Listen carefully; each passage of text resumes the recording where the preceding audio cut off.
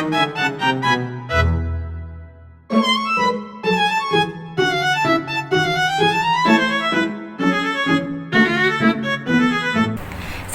warahmatullahi wabarakatuh. Halo semuanya, perkenalkan nama saya Amadia Nur Adawutomo dengan NIM 2414200032. Di video kali ini saya akan membahas tentang hukum dan bisnis. Yang pertama, saya akan membahas perbedaan antara perusahaan tidak berbadan hukum dan perusahaan yang berbadan hukum. Perusahaan yang tidak berbadan hukum yakni perusahaan yang tidak mempunyai status hukum sendiri, jadi dia masih nyatu sama para pemiliknya. Kalau ada masalah atau hutang, pemilik bisa ikut bertanggung jawab secara pribadi. Contohnya sendiri seperti persekutuan perdata, persekutuan firma, persekutuan komanditer, ataupun CV. Biasanya bentuk ini lebih sederhana dan cocok buat usaha kecil atau kemitraan awal.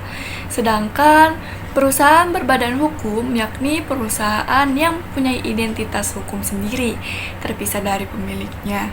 Jadi, kalau perusahaan punya kewajiban atau hutang, tanggung jawabnya cuma sebatas modal yang disetor, nggak sampai harta pribadi pemilik.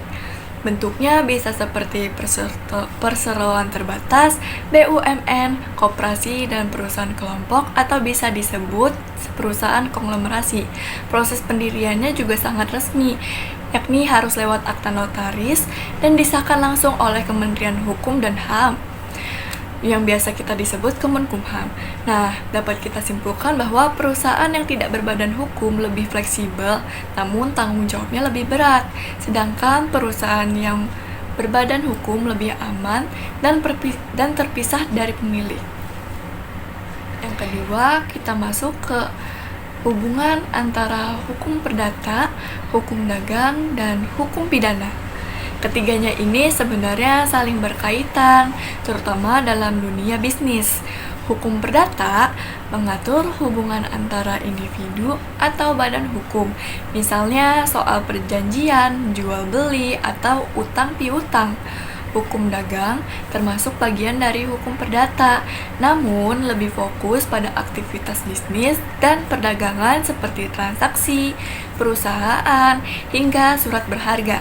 Sedangkan hukum pidana berfungsi untuk memberikan sanksi atau hukuman jikalau terjadi pelanggaran yang merugikan orang lain atau melanggar ketertiban umum. Contohnya itu beragam, seperti penipuan bisnis, korupsi, atau pemalsuan dokumen perusahaan.